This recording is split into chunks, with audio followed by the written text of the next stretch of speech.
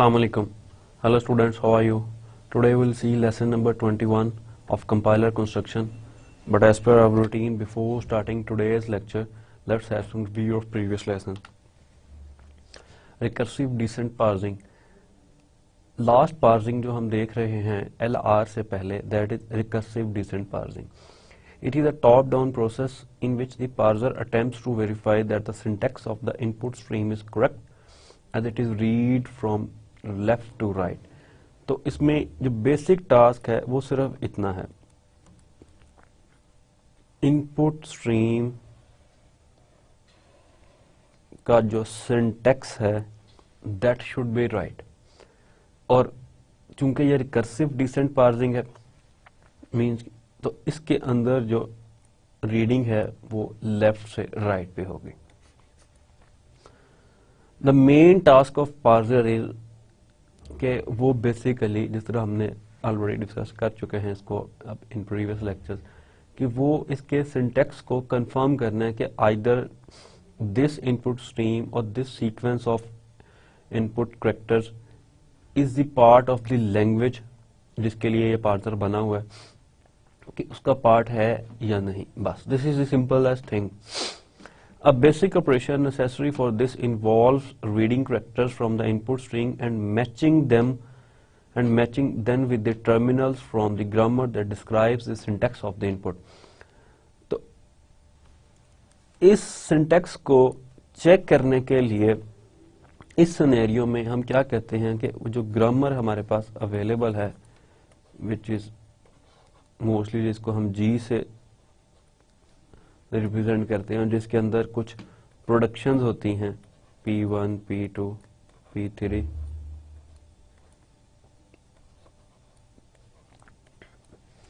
In production को use करते हुए हम चेक करते हैं कि आइदर हमारे पास इनकी मैचिंग मौजूद है या नहीं, या वो पैटर्न मैच कर रहा है या नहीं। Recursive descent parsers will look ahead one character and advance the input stream reading pointer when proper matches occur. तो इसमें look ahead जो यूज होता है वो एक ही इनपुट पे जो नेक्स्ट जा रहा होता है उसमें यूज करते हैं और अगर मैच कर जाता है कोई पैटर्न तो वो नेक्स्ट फॉरवर्ड हो जाता है। इसके लिए हमने कुछ फंक्शंस देखे थे। This is our parsing table.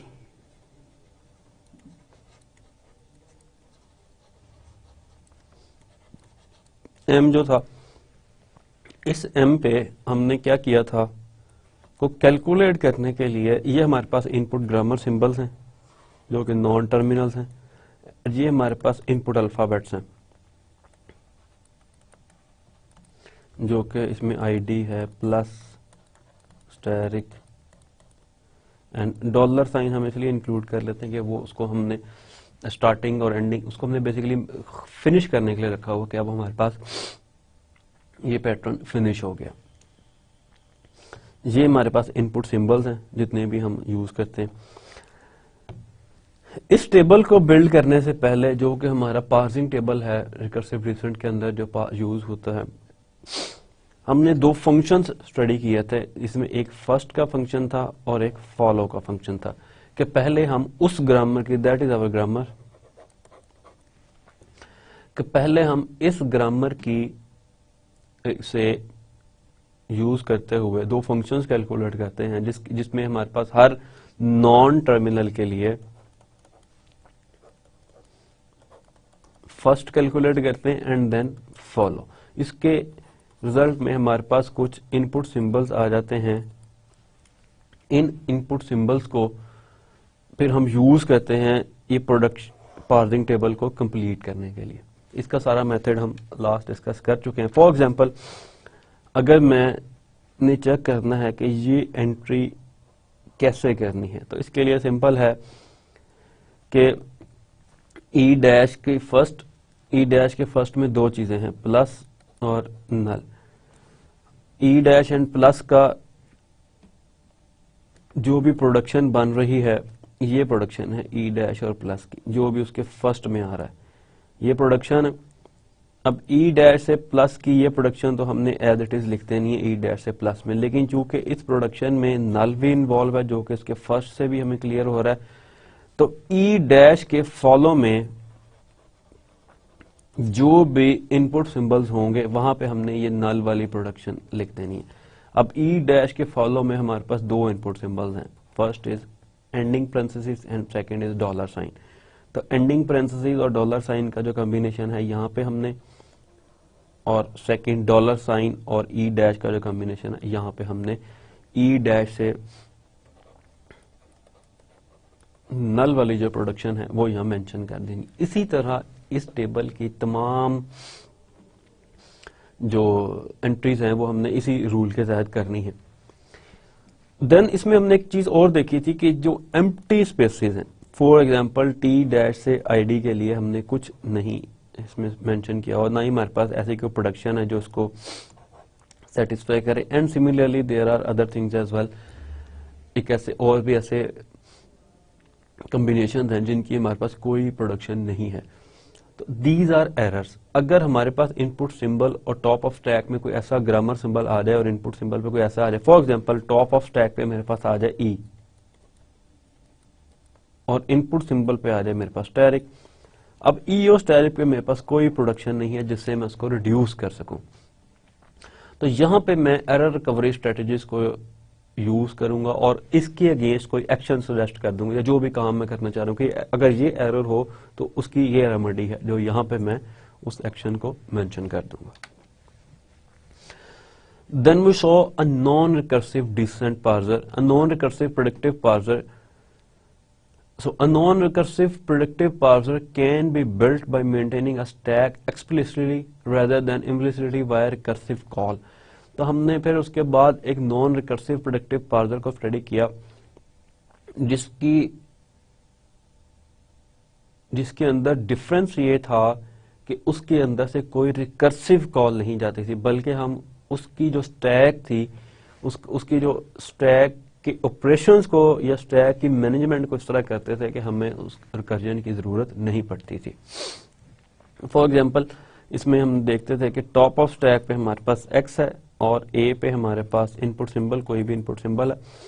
तो प्रेडिक्टिव पार्सिंग प्रोग्राम एक ऐसा फंक्शन, एक ऐसा एल्गोरिथम, एक ऐसी मेथोडोलॉजी है जो ये डिसाइड करती थी कि इसके सिनेरियो में अब क्या करना है। जब स्टैक टॉप ऑफ स्टैक पे आपके पास कोई भी ग्रामर सिंबल हो, let's suppose in this example it is x, and input symbol पे जो पॉइंटर पॉइंट कर रहा है, मोस्टली जो हमने यूज किया था that is an IP pointer, और टॉप ऑफ स्टैक पे एक्स था। इस सिनेरियो में आईपी इसको पॉइंट कर रहा है, तो वो इस केस में क्या करे, ये चीज हमने इस एल्गोरिथम के अंदर स्टडी की थी। उसमें 4 एक्शंस इन्वॉल्व थे, रिड्यूस कर दे, शिफ्ट कर दे एंड 2 अदर्स। सो अगर इसको फॉर्मली देखें तो if W is the input, ये इनपुट है, that has been matched so far, then the stack hold the sequence of grammar symbols alpha such that कि अगर हम लेफ्ट मोस्ट डेरिवेशन करते हुए ये पैटर्न जो है अब तक मैच हो चुका है। अल्फा वो चीज है जो अभी मैच होनी है, यानी कि फर्स्ट ऑफ अल्फा जो होगा, फर्स्ट ऑफ अल्फा मैं सिर्फ इस वजह से कह रहा हूं कि अल्फा का जो पहला पार्ट है, मे बी एक लंबी स्ट्रिंग हो, एक इनपुट स्ट्रिंग। सपोज अगर इस सिनेरियो में मैं कहूं कि ए मैच हो चुका है, तो W होगा सिर्फ A plus B and dollar, that is alpha. तो इसका पहला है प्लस जो नेक्स्ट अभी मैच होने जा रहा है। ये हमारा एक छोटा सा सिनेरियो है। इस एग्जाम्पल को, इस मेथोडोलॉजी को हमने जो अभी बात की कि जो हमारी प्रेडिक्टिव पार्सिंग प्रोग्राम था, so this is our predictive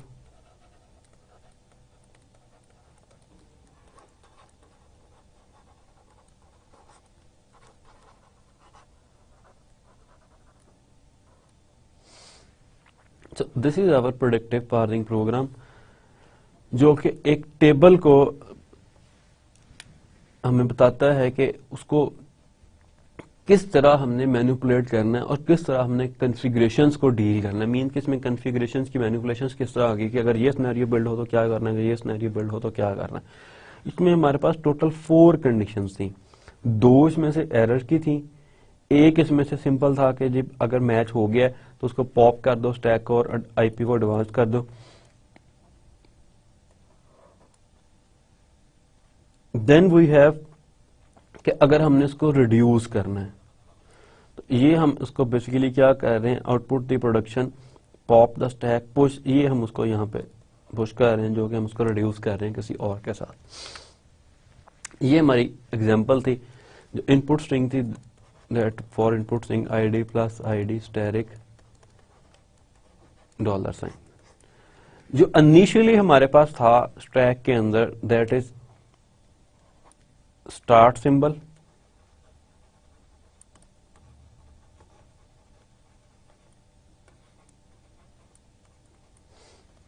ये हमारे पास स्टार्ट सिंबल था और स्टार्ट सिंबल से हमने स्टैक और $साइन को स्टैक पे पुश कर दिया, यानी कि सब ये हमारी स्टैक की कंडीशन होगी। अगर हम उसको ग्राफिकली देखना चाहें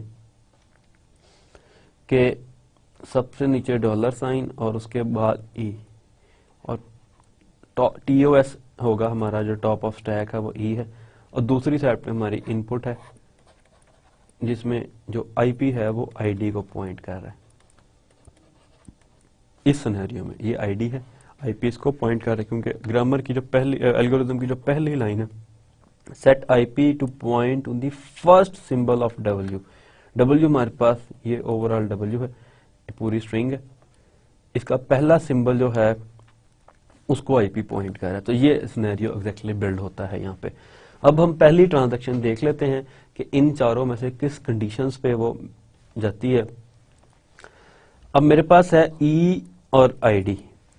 अब मैं ग्रामर से इस एल्गोरिथम से चेक करता हूं कि क्या चीज है। x is not equal to $। अभी मेरे पास ये $, नहीं है। ओके, x वो है जो इनपुट पे है। इनपुट पे क्या है? e।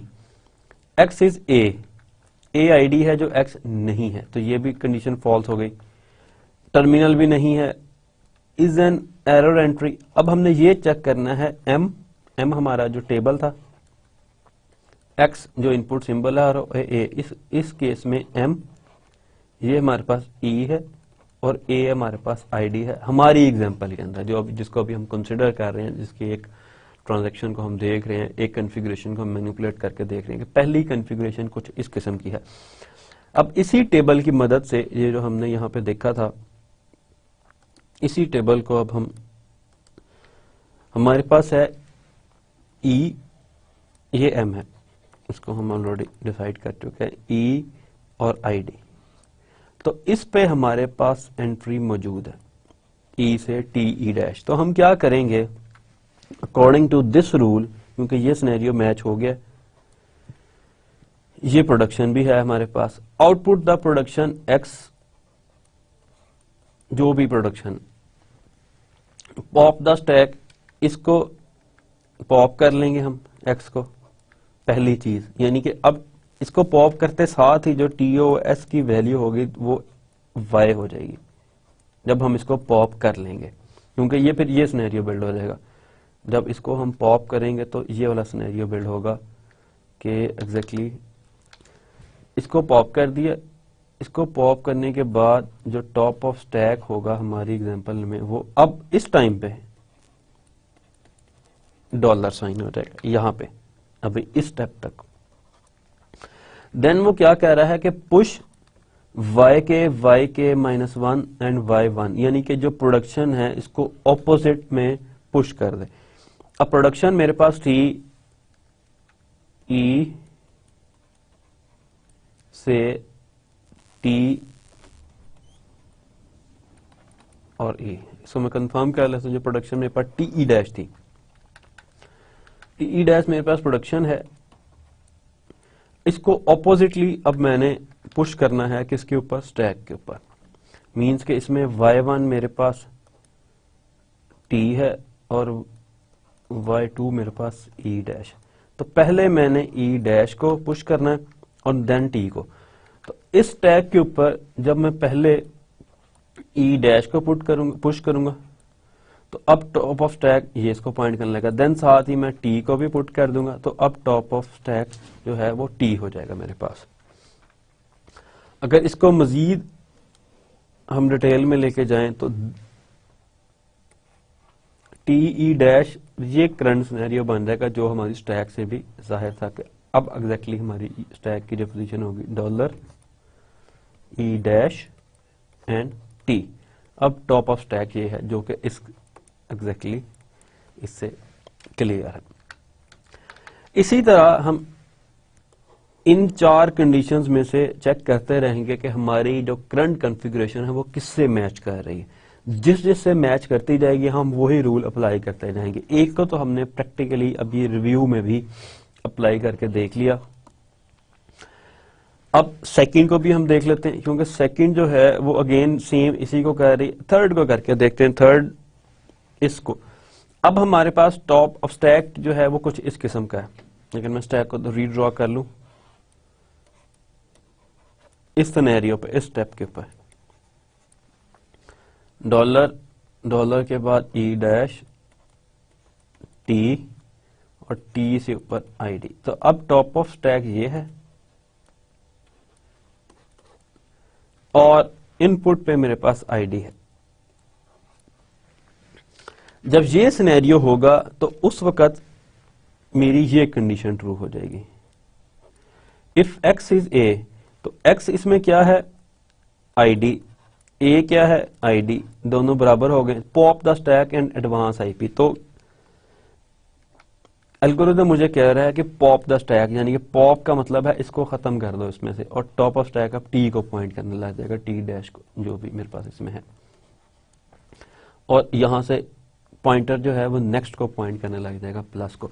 इसी तरह हम इसको एग्जीक्यूट करते करते एट द एंड एक ऐसी स्टेज पे पहुंचेंगे जब हमारे पास स्टैक पे सिर्फ डॉलर और इनपुट पे सिर्फ डॉलर। जब ये सिचुएशन आ जाएगी कि स्टैक और इनपुट पे सिर्फ डॉलर हो तो हम ये फाइनलाइज कर देंगे, इस लूप से हम एग्जिट कर जाएंगे, क्योंकि उस वक्त ये कंडीशन जो है वो ट्रू हो जाएगी। While x is not equal to dollar, तो अब x is equal to dollar हो जाएगा, तो हम इस पूरी कंडीशन से निकलेंगे और set x to the top stack model. तो उस टाइम जो भी एक्स होगा उसको टॉप स्टैक मॉडल पे डाल के हम ये मैसेज दे सकते हैं कि जी our pattern is successfully matched. अब वो चीजें जो हमने स्टडी की थी कि इसमें एम्प्टी जो थी ब्लॉक्स, जिस तरह ये कुछ ब्लॉक्स, इसमें 3 ब्लॉक्स एम्प्टी थे for E dash and T, कि इनके लिए क्या करना है। इसी तरह ये ब्लॉक्स, इनके लिए ये एरर रिकवरी स्ट्रेटेजी हैं, इसमें जो 2 हमने इम्प्लीमेंट जिनकी बात की कि इनको इम्प्लीमेंट करेंगे। First one is panic mode recovery and second is phrase level recovery. Panic mode recovery is based on the idea of skipping symbols on the input until a token is selected, is found in a selected set of synchronizing token। कि अगर synchronising token के set में से हमें कोई ना कोई token मिल नहीं जाता तो उस वक्त हम इस इनपुट सिंबल्स को स्किप करते रहेंगे। इसकी जो इफेक्टिवनेस है या जो इसकी अफादियत है वो उसी सूरत में जाहिर हो सकती है जब हमारा जो सिंक्रोनाइजिंग सेट है उसकी चॉइस अच्छी हो।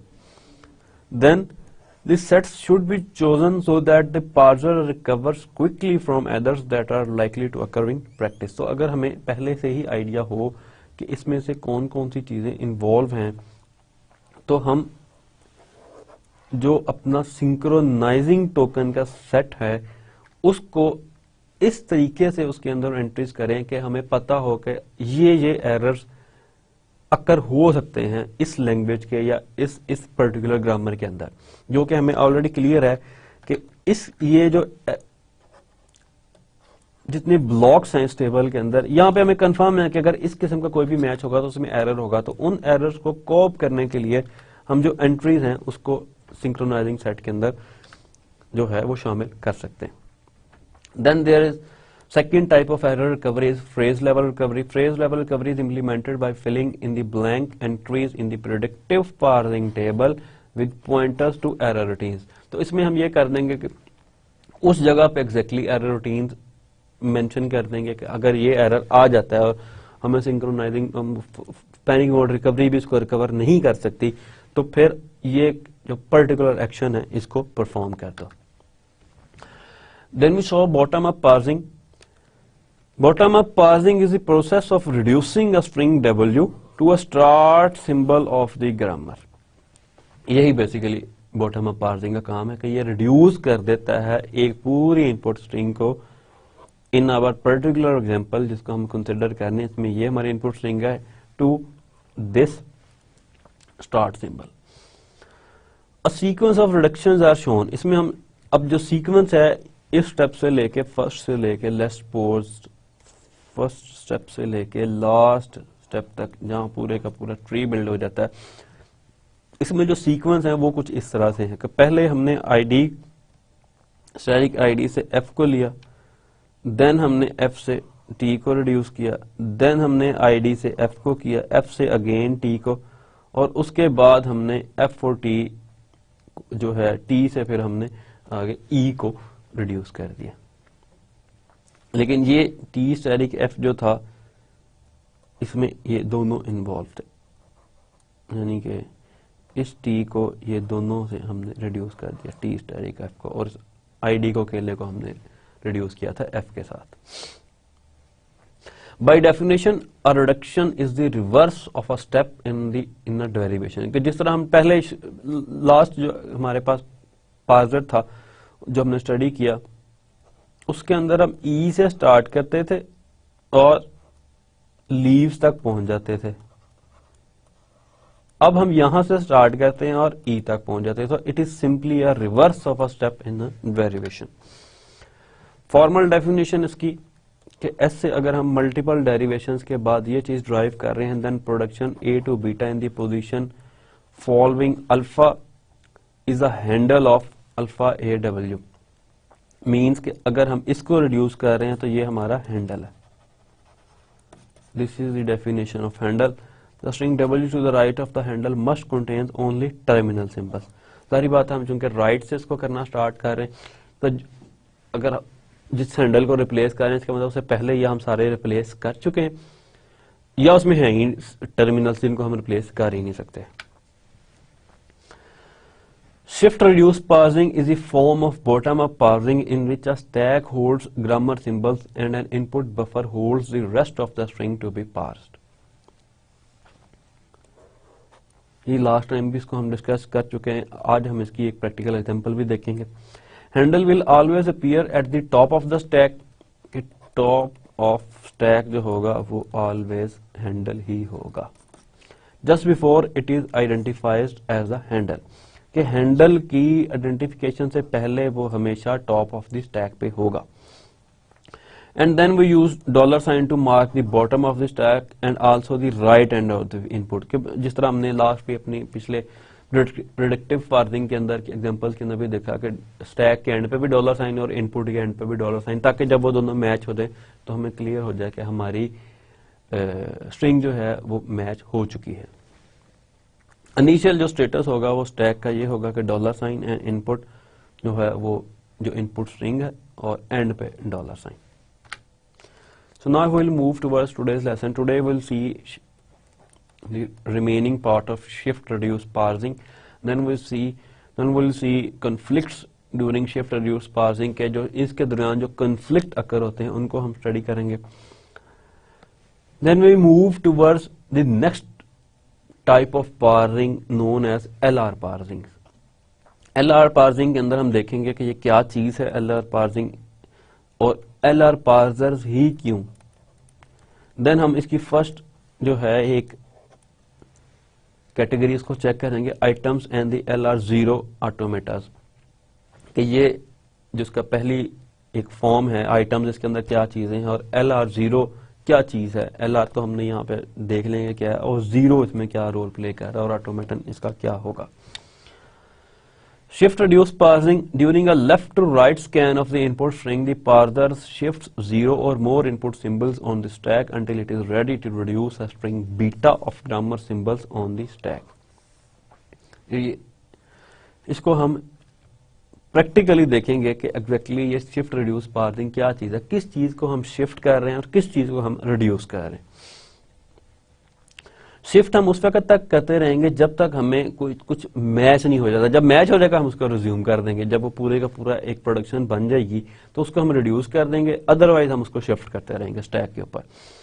सो it then reduces beta to the head of the appropriate production, means कि हम वो पूरी की पूरी उसको जो बॉडी है प्रोडक्शन की वो शिफ्ट कर रहे होंगे स्टैक के ऊपर जब तक वो पूरी बॉडी कंप्लीट नहीं हो जाती। जैसे ही वो पूरी बॉडी कंप्लीट होगी हम उसको रिड्यूस कर देंगे उसके हेड के साथ, यानी कि उसके जो लेफ्ट हैंड साइड की, दिस इज आवर प्रोडक्शन, यानी ये इसकी हेड है और ये इसकी बॉडी है।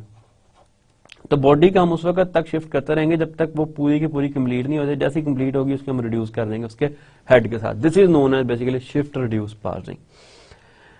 The parser repeats this cycle until it has detected an error or until the stack contains the start symbol and the input is empty. कि अगर स्टैक पे स्टार्ट सिंबल आ जाए और इनपुट पे डॉलर साइन आ जाए तो it means कि अब हमें, या इनपुट एम्प्टी हो जाए तो इट मीन्स, एम्प्टी ही तब होगा जब डॉलर डॉलर से मैच करेगा कि अब हमारे पास ये कंप्लीट हो चुका है। Upon entering this confirmation, the parser halts and announces successful completion of parsing.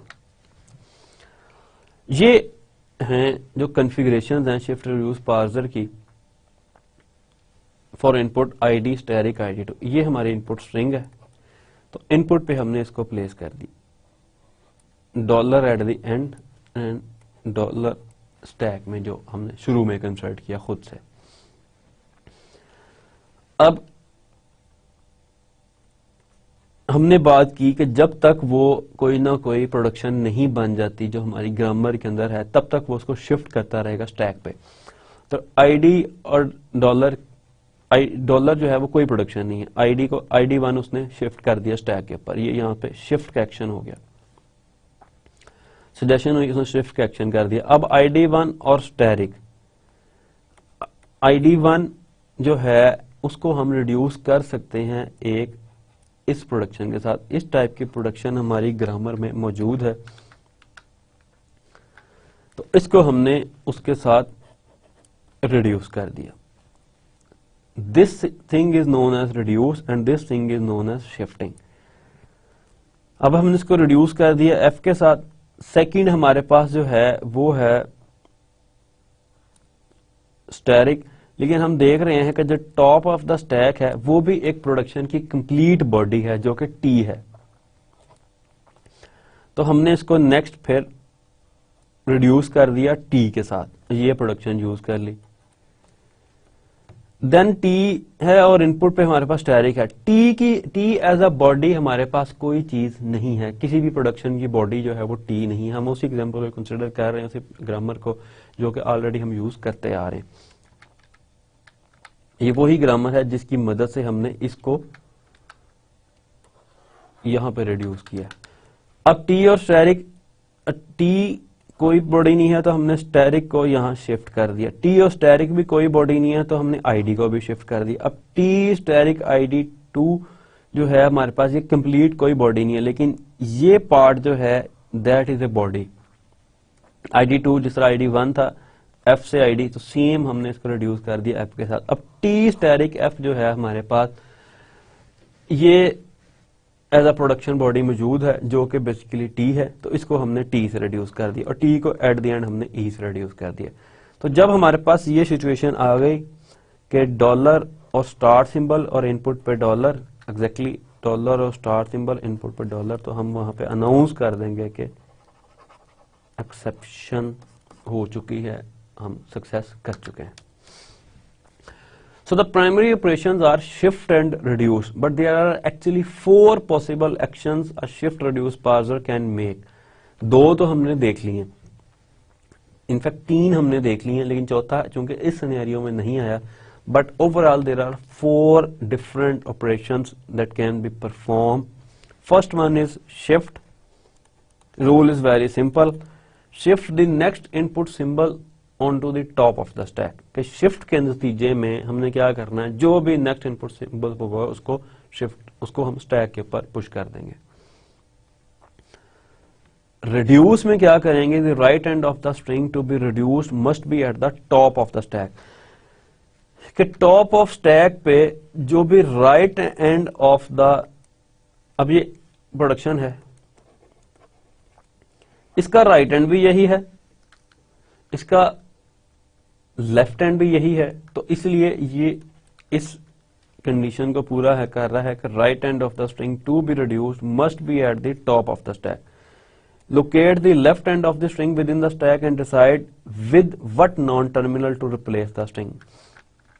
तो ये हमने यहां पे इसको रिड्यूस किया। देन एक्सेप्ट वो कंडीशन है कि जब ये सिनेरियो अकर हो जाए तो हम एक्शन जो है वो परफॉर्म करेंगे, that is called accept. Error discover a syntax error and called an error recovery routine, means कि अब एक ऐसी सिचुएशन आ गई कि लेट्स सपोज यहां पे टी होता ई के साथ किसी भी रिजल्ट में और आगे डॉलर साइन आ जाता और यहां पे डॉलर ई और टी होता और यहां पे डॉलर होता, तो इट मींस कि ये स्टार्ट सिंबल नहीं है टॉप ऑफ स्टैक पे, इनपुट डॉलर आ गई है, तो यहां पे हम एरर डिक्लेयर कर देंगे कि now some error is occurred. So now will see the conflicts in shift reduce parsing, कि जो शिफ्ट रिड्यूस पार्सिंग के अंदर जो कॉन्फ्लिक्ट्स आएंगे अब हम उन पे देखते हैं कि किस किस्म के कॉन्फ्लिक्ट्स अकर हो सकते हैं इस पार्सिंग के अंदर। If there are grammars non-LR for which no viable algorithm can decide whether to shift or reduce when both are possible or which reduction to perform when several are possible, दो scenario तो यही हमने देख लिया कि अगर हमारे पास दो ऑप्शन आ रहे हों कि हम शिफ्ट कर दें या reduce when both are possible। Second कि अगर हमारे पास दो से ज्यादा प्रोडक्शंस हो जिनके साथ हम उसको रिड्यूस कर सकते हो, तो तब हमने किसको सिलेक्ट करना है। This is a conflict. However, for most languages, choosing a good lexer yields an LRK language of tokens। लेकिन most languages के अंदर अब lexer ही ऐसा चूज करते हैं जो कि बेसिकली LRK बेस्ड हो रहा होता है, के इनपुट सिंबल्स को कहते हैं जो लिक्विड के अंदर एक टाइम पे वो उसको मैच कर सकता है। वी विल डिस्कस के in our future slide, but फिलहाल हम कन्फ्लिक्ट को देख रहे हैं। कन्फ्लिक्ट क्लियर हो गया कि अब रिडक्शन की के लिए हमारे पास दो प्रोडक्शन है, तो इसमें से डिसाइड करना कि किस प्रोडक्शन को हम चूज करें किसको छोड़ें, that is conflict. Second thing कि अगर हमें दोनों पॉसिबिलिटीज हो कि हम शिफ्ट भी कर सकें और रिड्यूस भी, तो तब इन दोनों में से चूज करना कि किस को परफॉर्म करें। फॉर एग्जांपल अदा एक प्रोग्रामिंग लैंग्वेज है, ये यूज करती है पेरेंथेसिस को, स्मॉल पेरेंथेसिस को फॉर बोथ फंक्शन कॉल्स, कि अगर फंक्शन को कॉल कर रही है जो कि मोस्टली यूज होता है बाकी लैंग्वेजेस के अंदर भी, and array references as well, कि एरे को रेफरेंस करने के लिए भी वो इस सिंटैक्स को यूज करती है। तो अगर lexer returned ID for both array names and procedure names, then the reduce conflict would occur when the stack was. तो इस सिनेरियो में जो हमने ये चीज देखी कि दो रिडक्शंस हमें मिल रही हैं, तो इसमें भी दो होंगी, एक होगी एरे नेम के लिए और दूसरी होगी प्रोसीजर नेम के लिए, कि जो जनरल हम फंक्शन नेम जिसको कह रहे हैं, प्रोसीजर हम फंक्शंस के मानी में ही इस्तेमाल कर रहे हैं। तो ये एक तो ये सिनेरियो बिल्ड हो सकता है कि भी इसमें से क्या करना है। फॉर एग्जांपल कि स्टैक पे अब हमारे पास ये चल रहा है और इनपुट पे हमारे पास ये आ गया। अब ये स्टार्टिंग और ending processes both function call के लिए भी है कि फंक्शन कॉल हो रही है और एरे को रेफरेंस करने के लिए भी है। तो अब हम इन दोनों की अलग-अलग प्रोडक्शन है, सपोज P1 एंड P2, तो अब इन दोनों में से चूज करना कि भी कौन सी लेंगे, that is an issue and that is an conflict. Since the ID on top of stack should be reduced to parameter if the first ID was a procedure name and to expression if the first ID was an array name। इसका solution ये है कि अगर ये ID कोई function name है तो तब हम लेट्स सपोज ये फंक्शन की प्रोसीजर कॉल थी और ये एरे की, अगर ये फंक्शन की है तो देन हम इसको एज ए फंक्शन का एक्सप्रेशन कंसिडर कर लेंगे। अगर नहीं, if the first ID was an array name, अगर ये आईडी कोई एरे नेम है तो हम क्या करेंगे, इसको एरे की कॉल कंसिडर कर लेंगे। मींस के अगर तो ये फंक्शन नेम है फर्स्ट, अगर हम इसको थोड़ा सा क्लियर कर लें अपने कमेंट्स को,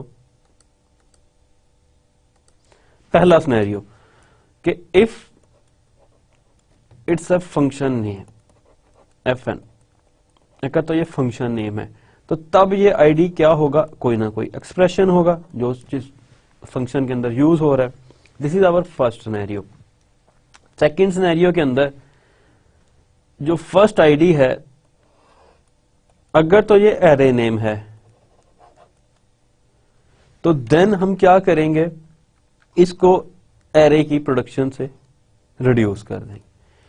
अब डिसाइड हमने किस पे करना है, इस आईडी पे, कि either it is a function name और एन एरे, इन दोनों में से हमने डिसाइड करना है इस बेस के ऊपर क्या है। A better lecture would return procedure ID when it encounters a lexeme corresponding to a procedure name. It does this by consulting table that it builds. तो ये तो एक उन्होंने इसका सिनेरियो बता दिया सोल्यूशन का, कि अगर ये चीज हो तो वो कंसल्ट करेगा टेबल से जहां से ये इसको बिल्ड कर रहा है और most probably procedure name return कर देगा।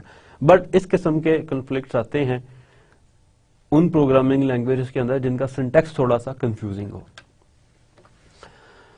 और इन्हीं को दूर करने के लिए हम LR पार्सिंग यूज करते हैं कि इस किस्म के कॉन्फ्लिक्ट्स को जो शिफ्ट रिड्यूस पार्सिंग के अंदर आए, उसके लिए जो एक नेक्स्ट चीज है that is LR parsing.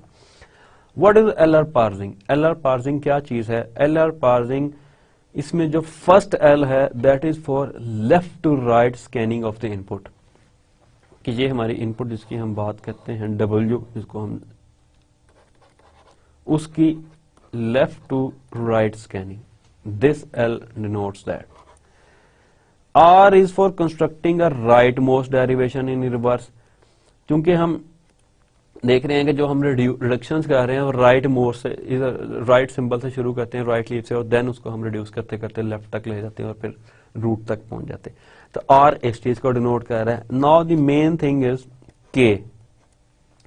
K represents the number of input symbols of a lookahead that are used in making parsing decisions. Means कि हमने कितने symbols को consider करना है at a time, किस लिए, उसको डिसाइड करने के लिए कि पार्सिंग का हमने अब क्या डिसीजन लेना, कि ये एरे था, लेट्स सपोज अगर हम पुराने कॉन्फ्लिक्ट की बात करें, या फंक्शन नेम था, तो वो हमने इनपुट सिंबल से, मीन्स कि मेरा लुका हेड अगर 3 है तो मैं 3 इनपुट सिंबल्स तक उसको चेक कर सकता हूं डिसाइड करने के लिए।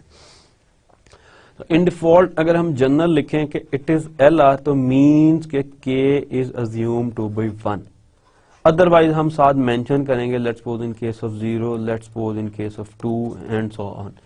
अगर मेंशन नहीं किया हो तो इसका मतलब है कि इन लुका हेड सिंबल जो है वो एक इनपुट अल्फाबेट को रेफर कर रहा है। Now why LR parsers? There are several reasons in which few of them are. Most commercial compilers use handwritten top-down parser of the recursive descent LL, not LR variety. Since the grammar for these languages are not LL1, the straightforward application of the techniques we have seen will not work. Third one, instead the parsers actually look ahead further than one token. Originally क्या होता है कि parser जो है वो look ahead further than one token, कि एक token से ज्यादा को देखता है, but only at those few places where the grammar is in fact not LL1. Compiler writers claim that they are able to produce much better error messages that can readily be obtained to going to LR.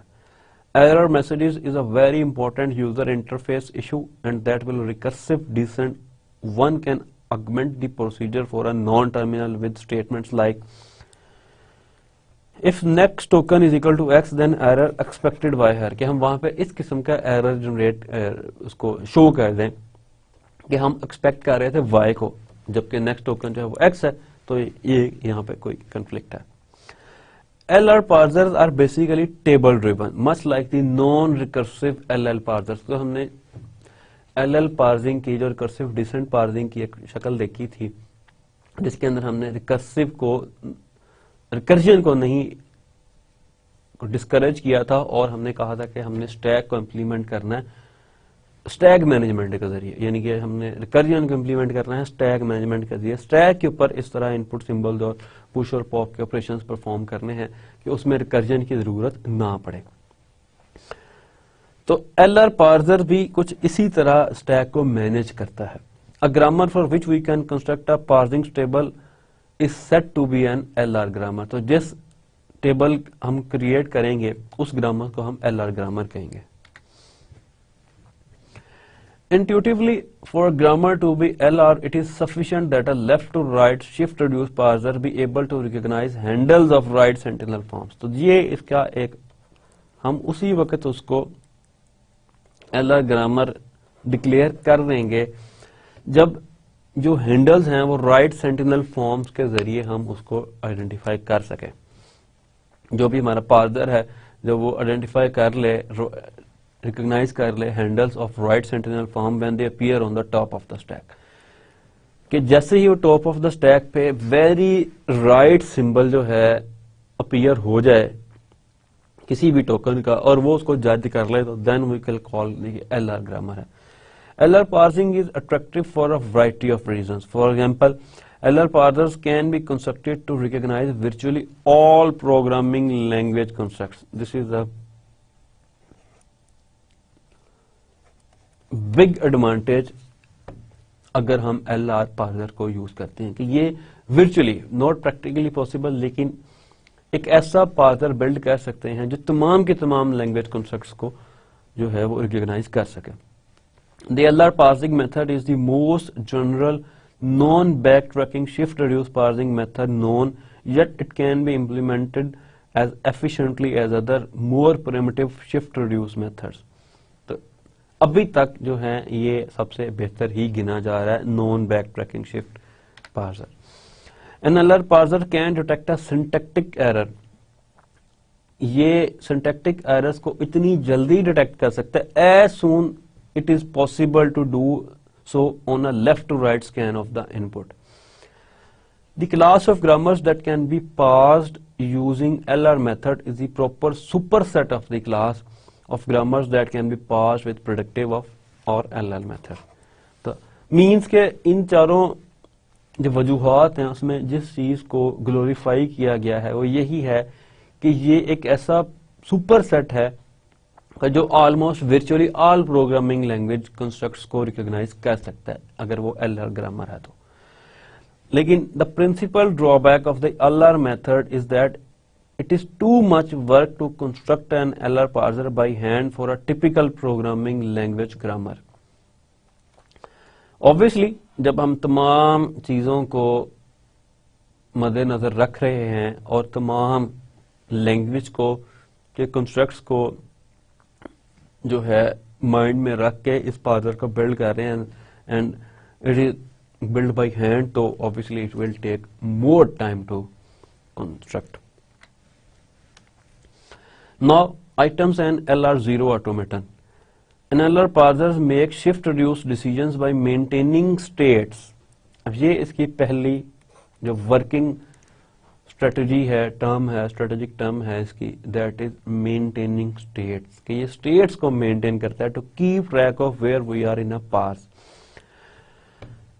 तो ये shift reduce का जो decision लेता है वो कैसे लेता है, स्टेट्स को मेंटेन करके। State represent set of items. तो स्टेट क्या चीज है, बेसिकली सेट ऑफ आइटम्स हैं जिनको ये रिप्रेजेंट करता है। अब वो सेट ऑफ आइटम्स कौन से हैं उसको हम अभी आगे जाके देखते हैं।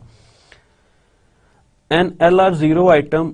अब यहां से इस लाइन से एक चीज ये भी क्लियर हो जाएगी होपफुली जब हम इसको प्रैक्टिकली भी देखेंगे कि ये शिफ्ट और रिड्यूस के डिसीजन को पहले जज करेगा, फिर डिसाइड करेगा कि मैंने शिफ्ट करना है या रिड्यूस करना। तो जो एक कंफ्लिक्ट की बात की थी कि अगर हमारे पास दोनों पॉसिबिलिटीज हों तो हमने किस पॉसिबिलिटी को अडॉप्ट करना है, इसको अब ज़हन में रखिएगा। An LR0 item of a grammar G is a production of G with a dot at some position of the body. For example अगर हम इस प्रोडक्शन को लें तो ये इसके हमारे पास 4 आइटम्स होंगे इस टाइप के प्रोडक्शन के। इसमें पहला आइटम वो होगा जिसमें डॉट स्टार्ट पे है, then is here and then here and then here, कि ये 4 इसके आइटम्स होंगे इस एक प्रोडक्शन के, जो कि एक डॉट के इर्द गिर्द घूम रहे हैं। इसमें डॉट पहले स्टार्ट में था, फिर next and eight the and, ये स्टार्ट और ये एंड। अब इस डॉट का एक्जेक्टली क्या काम है, ये क्यों हमने इसके अंदर डाल दिया, इसको हम स्टेप बाय स्टेप देखते हैं। लेकिन जिन आइटम्स की बात की थी, state represent set of items, ये आइटम्स इस तरह हम किसी भी प्रोडक्शन के जनरेट करेंगे। One collection of sets of LR0 items called the canonical LR0 collection provides the basis for constructing a DFA that is used to make parsing decisions known as LR automata, LR0 automata। क्योंकि जहाँ पे 0 है वहाँ पे mention करेंगे, अगर simple अगर LR कहेंगे तो वहाँ पे हम अज्यूम कर रहे होंगे कि जो K की वैल्यू है वो 1 है। The automaton for the expression grammar is shown in next slide and will serve as the running example for discussing the technical and canonical LR0 collection for a grammar। कि हम जितने technical aspects जो हैं discuss करेंगे canonical LR0 grammar के, तो वो इस एग्जांपल के तहत, और जो इसका हमने ऑटोमेटा नेक्स्ट स्लाइड में देखेंगे जो इसका बना हुआ है, वो बेसिकली इसके ये आइटम्स ही हैं जिनको हमने कैलकुलेट किया। लेकिन उसकी कंस्ट्रक्शन के स्टेप्स हम बाद में देखेंगे, ये किस तरह हमने बनाया है, स्टेप बाय स्टेप हम उसके देखेंगे। उसमें से होपफुली 1-2 स्टेप्स हम खुद कैलकुलेट करें, बाकी आपकी एक्सरसाइज होगी कि उसको आगे कंटिन्यू करके एंड तक किस तरह पहुंचाना है। लेकिन स्टार्ट हम उसको खुद करेंगे यहाँ पे। तो उनको हम कैनोनिकल LR0 कलेक्शन भी कह सकते हैं, उन तमाम सेट्स को। सो लेट्स सी, अब इस ग्रामर का हमने जो पहला सेट कैलकुलेट किया वो ये है। इसमें ये कंप्लीट ग्रामर इंक्लूड है जिसको हम I0 सेट कह रहे हैं। It is I0। इसके अंदर हमने किया क्या है कि हर प्रोडक्शन से पहले डॉट इंसर्ट कर दिया, बस, नथिंग एल्स। हर प्रोडक्शन से पहले डॉट इंसर्ट कर दिया, जो कि very much clear in this diagram. पहली जो एक स्टेट है उसके अंदर हमने क्या किया है कि जो हमारी इनपुट ग्रामर थी, ये सारे से कैनोनिकल सेट्स होंगे जितने भी हैं I13 तक। पहली जो ग्रामर थी हमारे पास इनपुट ग्रामर, उसकी हमने क्या किया है कि सारे के सारे जो हैं वो डॉट पुट कर दिए। और एक चीज हम और परफॉर्म करेंगे जो मैं नेक्स्ट इसको डिस्क्लोज करने वाला था, लेकिन अगर आपको थोड़ी सी कि ये E.E' की कोई भी हमारे पास जो है वो नहीं थी प्रोडक्शन इसके अंदर से E से, कि ये क्या चीज है जो हमने एक प्रोडक्शन जो यूज की है ये कहां से आ गई। इसको हम आगे देखेंगे कि ये क्यों आई है। लेकिन पहले I0 में हमने यही काम किया कि एक ये और बाकी जितनी थी उनसे पहले डॉट लगा के हमने इसको वहां पे लिख दिया। अब I0 से I1 कैसे आया, फिर I2, फिर I3, I4, ये सारे किस तरह कैलकुलेट हुए, इसको हम देखेंगे systematically. So to construct the canonical LR0 collection of a grammar, we define an augmented grammar and two functions closure and goto। तो इस टेबल को, इस ऑटोमेटा को कैलकुलेट करने के लिए, इस ऑटोमेटा को बिल्ड करने के लिए, जो कि हमारा कैनोनिकल LR0 है ऑटोमेटन, उसको सिंपल LR0 ऑटोमेटन भी हम कह सकते हैं। ये पार्ट जो है LR0 ऑटोमेटन है, ये इसका कंप्लीट। कि ये कैसे बिल्ड करना है, इसको बिल्ड करने के लिए 3 चीजें हैं जिनको हमने मद्देनजर रखना है। इसमें सबसे पहली चीज है augmented grammar. I'm using G for grammar. Second, closure of any set of states. Let's suppose मैं I नोट से स्टार्ट करूंगा, ऑब्वियसली I नोट से ही स्टार्ट होगा. Then go to. अब सबसे पहले हम ऑगमेंटेड को देखेंगे, फिर क्लोजर को, फिर गो टू को, फिर इनको सम अप करके हम ये ऑटोमेटा डिजाइन करेंगे. So if G is a grammar with start symbol S, then G dash the augmented grammar for G is G with a new start symbol S dash and production S dash say S. The purpose of this new starting production is to indicate to the parser when it should stop parsing and announce acceptance of the input. That is, acceptance occurs when the parser is about to reduce S say S dash.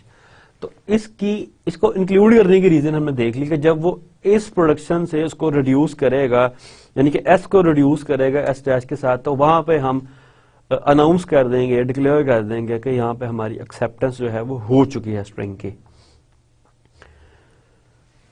ये होगा कैसे? It is very simple कि ये आपकी grammar है, इसके अंदर आपने सिंपल एक प्रोडक्शन ये इसके स्टार्ट में इंसर्ट कर देनी है.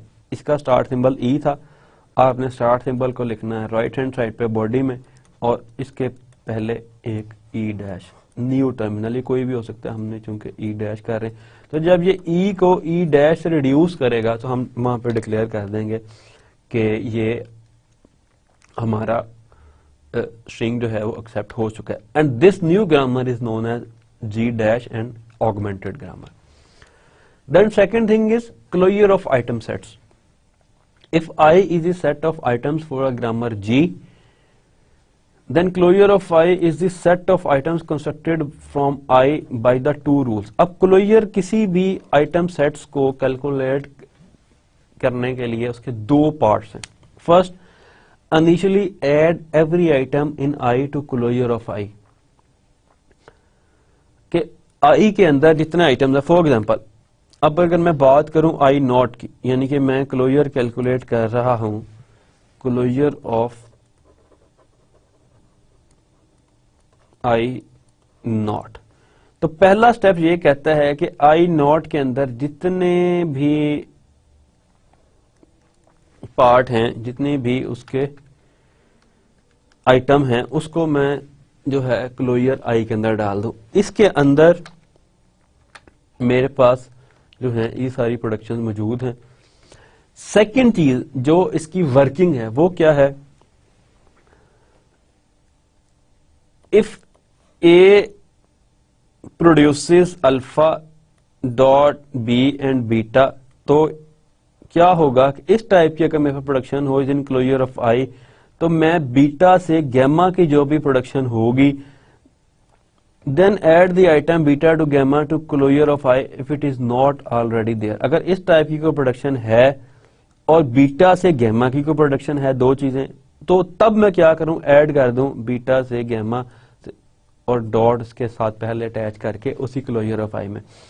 और ये रूल उस वक्त तक अप्लाई करता रहूं जब मेरे पास ऐसी कोई सिचुएशन ना हो. So let's see an example. ये हमारी ऑगमेंटेड ग्रामर है जिसके अंदर हमने सिंपल ई डैश से ई की एक नई ऐड कर दी है. तो जब हम इसको नई कैलकुलेट करेंगे आई नॉट, अब हमने इसको सब में डॉट साथ लगा दिया, तो ये सारे के सारे इसके पार्ट हैं. If I is set of one item, अब आई को हमने स्टार्ट करना है इसके साथ,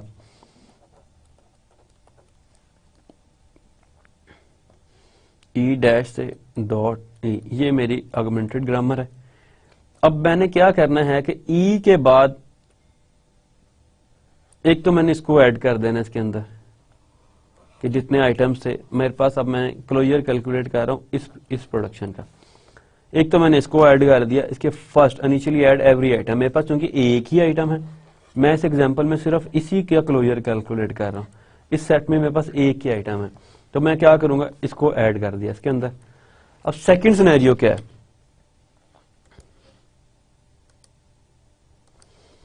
सेकंड जो इसकी स्टेप है वो मुझे ये कहता है कि अगर इस टाइप की कोई प्रोडक्शन है, alpha dot B beta, B वो चीज है जो नॉन टर्मिनल है,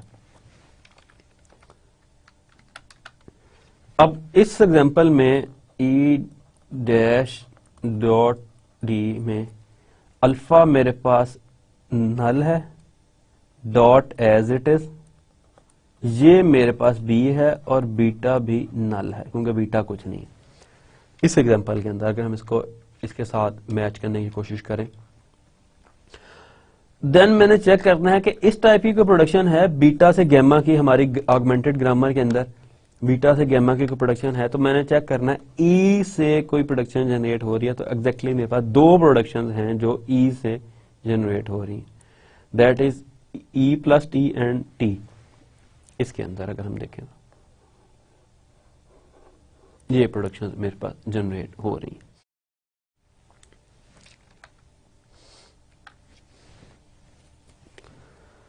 तो अब मैं क्या करूंगा, अभी इस स्टेप कंप्लीट नहीं हुआ, ये कंप्लीट क्लोजर है इसका, इस प्रोडक्शन का, इस जो हमारे पास आइटम सेट था। अभी तक मेरे पास ई डैश डॉट ई पहली लाइन आ चुकी है। ई से मैंने दो प्रोडक्शंस देख ली हैं, उन दो प्रोडक्शंस के साथ मैंने क्या करना है, उनके से पहले डॉट लगा के मैंने इसको उसके अंदर ऐड कर देना। तो मैं क्या कर रहा हूं, ई से डॉट लगाया, ई प्लस टी, ई से दूसरी प्रोडक्शन टी की थी, डॉट लगाया और टी को ऐड कर दिया। देन इट सेज कि apply this rule until no more new items can be added. तो अब मैंने इस पे तो अप्लाई कर दिया, अब मैं इसको इस पे अप्लाई करूंगा। ई से देखूंगा कि अब इस सिनेरियो में मेरे पास जो बी है, मैं क्लियर कर दूं, इसमें बी मेरे पास अगेन ई है, बीटा प्लस टी है, अल्फा निल है इसमें। तो ई चूंकि सेम है, मैंने ई की प्रोडक्शंस पहले ऐड कर दी है मुझे, इसलिए इस पे फर्दर जो है वो आगे जाने की जरूरत नहीं है। थर्ड प्रोडक्शन मेरे पास डॉट टी वाली है, इसमें मेरे पास अल्फा नल है, बी टी है और बीटा जो है वो भी नल है। अब मैंने देखना है टी की कौन सी प्रोडक्शन मेरे पास मौजूद हैं जो हेड कर रही हो, जिसका हेड टी हो और बॉडी कुछ भी हो। तो टी की भी मेरे पास दो प्रोडक्शन है, तो मैं इन दोनों को भी ऐड कर दूंगा डॉट लगा के, int asterisk F and T dot F. अब इसको भी चेक कर लिया, टी वाली चूंकि ऑटोमेटिकली ऐड हो चुकी है मेरे पास। अब इसमें टी को मैं ऑलरेडी चेक कर चुका हूं, इसमें मेरे पास बीटा, इस केस में अल्फा नल है।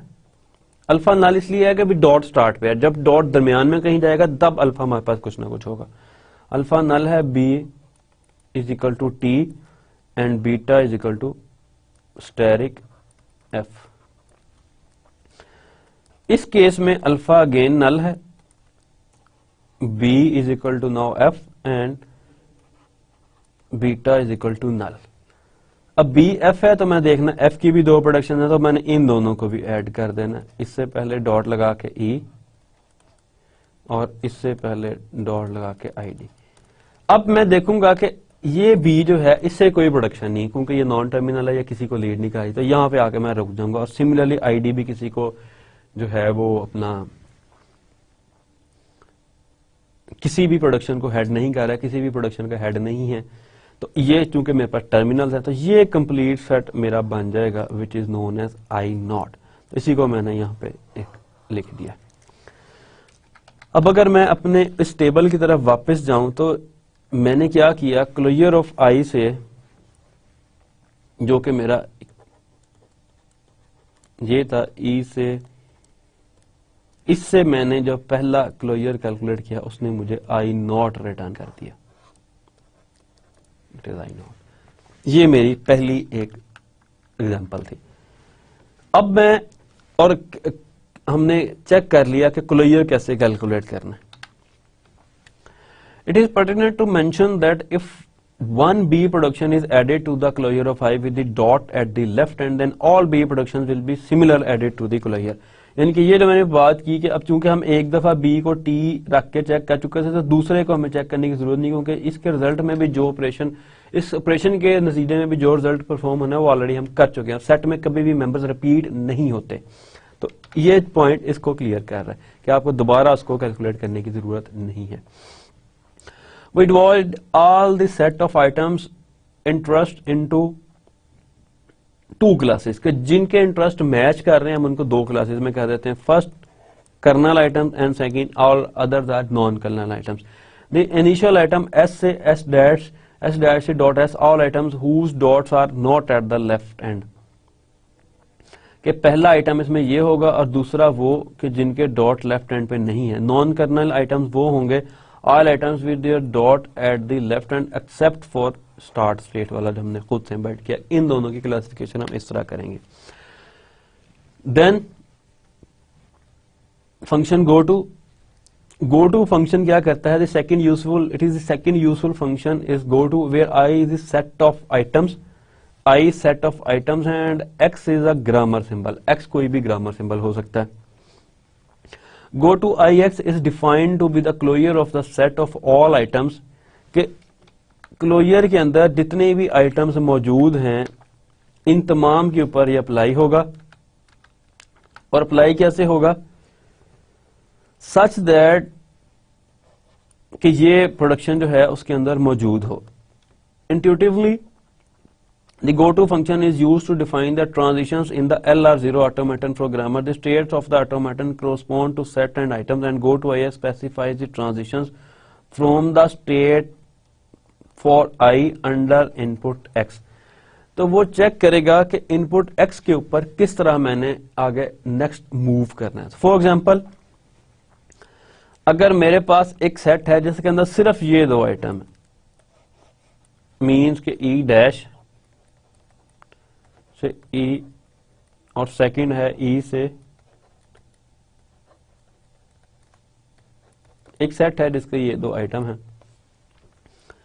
अब मैंने क्या करना है? Go to I plus check करना है कि किस प्रोडक्शन के अंदर मेरे पास प्लस की मूव आ रही है, क्योंकि मैं हर ग्रामर सिंबल के लिए इसको अप्लाई करूंगा। पहले के लिए तो नहीं आ रही तो वो उसको तो हम कुछ नहीं करेंगे। जो नेक्स्ट सेट जनरेट होगा वो इसी तरह होगा कि अब हम देखेंगे प्लस के बाद इसमें चूंकि प्लस आ रहा था तो हम एक नया सेट जनरेट करेंगे जिसकी पहली प्रोडक्शन ये होगी ई से ई। अब चूंकि हमने प्लस को ट्रेवर्स कर चुके हैं इसकी वजह से डॉट हम नेक्स्ट मूव कर देंगे तो डॉट टी आ जाएगा। अब डॉट टी के ऊपर जिस तरह हमने इसके अंदर स्टडी किया कि क्लोजर हम साथ करेंगे उन तमाम आइटम्स के जिसके हमने डॉट को नेक्स्ट मूव कर देना है। कि अगर इस किस्म की कोई प्रोडक्शन हो तो उसकी डॉट को हमने नेक्स्ट मूव कर देना और उनका साथ क्लोजर कैलकुलेट करना है। अब हमने डॉट को नेक्स्ट मूव कर दिया और इसका क्लोजर कैलकुलेट करना है। इसका क्लोजर कैलकुलेट करने के लिए हमें टी का क्लोजर कैलकुलेट करना पड़ेगा जो हमने पहले कर चुके हैं। तो इसके अंदर बाकी तमाम चीजें आ जाएंगी एज इट इज, जो कि टी स्टेरिक एफ और उसी रूल के तहत जिस तरह पहले एफ से आईडी जो भी डॉट के साथ आएगा। तो ये हमारा एक गो टू फंक्शन की कैलकुलेशन। इसी तरह जब हम इसको स्टेप बाय स्टेप रिपीट करते रहेंगे तो algorithm to construct C the canonical collection of sets of L0 items for an augmented grammar is, ये हमारे पास एक ग्रामर है जिसको हम फॉलो करते जाएंगे। इसमें जो इनपुट है वो G डैश है जो ऑगमेंटेड ग्रामर में हम सिंपल यही करते हैं कि एक नया उसमें प्रोडक्शन ऐड करते हैं जिसके शुरू में न्यू स्टार्ट सिंबल देते हैं, उसको पुराने स्टार्ट सिंबल पर ले जाते हैं और डॉट इंसर्ट कर देते हैं उसके स्टार्ट में। और देन हम इसको रिपीट पे लगा देते हैं for each set of items I in that canonical set. क्योंकि पहले सिर्फ एक ही सेट होता है जिस तरह हमने अपनी एग्जांपल में कैलकुलेट किया था, क्योंकि स्टार्ट था तो हमारे पास एक ही आइटम था। तो स्टार्ट हम हमेशा यहीं से करेंगे। For each grammar symbol x के लिए हम फिर गो टू की कॉल करेंगे और जैसे गो टू कॉल हो जाए तो फिर हम दोबारा उसको उसका क्लोजर कैलकुलेट करते रहेंगे। इसी तरह इंक्रीज करते करते स्टेप बाय स्टेप फॉलो करते करते हम ई से जो है, अब टी के लिए हमने I1 बनाया जिसमें ई डैश से ई डॉट और ई से ई प्लस। अब प्लस की मूव के लिए हमने ये बना दिया। अब इसमें हमारे पास टी के लिए टी हमने नेक्स्ट मूव किया तो टी चूंकि कोई भी इनपुट सिंबल नहीं है हमारे पास तो उसके लिए हमने सिंपल जब टी मूव किया तो टी से आगे जितने थे उनको यहाँ पे मूव कर दिया। अब ये स्टैरिक चूंकि यहाँ पे होगा तो स्टैरिक से आगे हम इसको ये बना देंगे। इस तरह ये स्टेप बाय स्टेप सारे के सारे कैलकुलेट करते जाएंगे हम। इसमें हर एक के ऊपर पहले क्लोजर, देन गो टू से हम नेक्स्ट पे जाएंगे और उसके बाद अगेन उस पर क्लोजर परफॉर्म करेंगे। So this is all for today. Thank you guys and have fun.